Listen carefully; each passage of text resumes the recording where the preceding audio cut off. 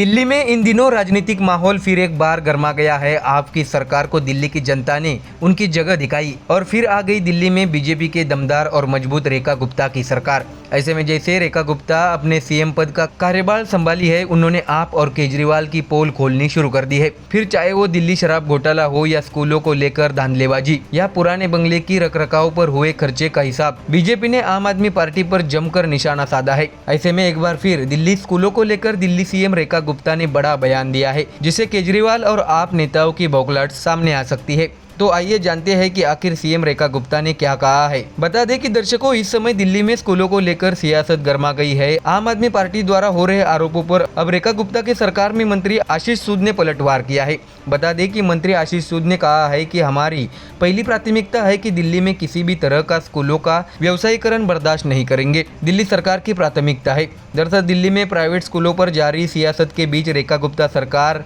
दिल्ली के सभी 1677 प्राइवेट स्कूलों की ऑडिट करने का फैसला किया है। एसडीएम की अध्यक्षता में 3 सदस्यों की टीम ऑडिट करेगी। तो वही 10 दिन में शिक्षा विभाग की वेबसाइट पर डेटा पोस्ट किया जाएगा। दिल्ली सरकार की पिछले 10 वर्षों में किस स्कूलों ने कितनी फीस बढ़ाई, वही स्कूलों की मनमानी पर अभिभावक सीधा दिल्ली सरकार से मेल आईडी पर शिकायत भेजा जा सकता है। जो भी स्कूल बच्चों के नाम काटेगा उस पर कार्रवाई होगी।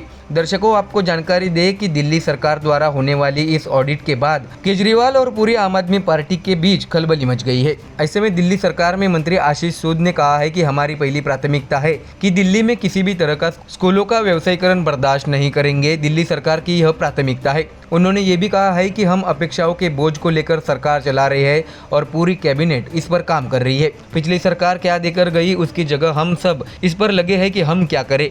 तो वही इसके साथ ही शिक्षा मंत्री ने पिछली केजरीवाल सरकार के नेता क्या भ्रष्टाचार कर रहे थे, ये भी देखा जाएगा। ऐसे में दर्शकों, जानने वाली बात यह है कि आप नेताओं ने दिल्ली स्कूल के नाम पर भी कुछ घपला या धांधलेबाजी तो नहीं की है। इसका हिसाब किताब अब रेखा गुप्ता की सरकार करने जा रही है। बता दें कि मंत्री ने आप नेताओं द्वारा दिए बयानों पर तंज कसते हुए कहा है कि वे पहले बोलते थे कि सीबीआई बी टीम है और वे अब सीबीआई जांच के लिए बोल रहे हैं।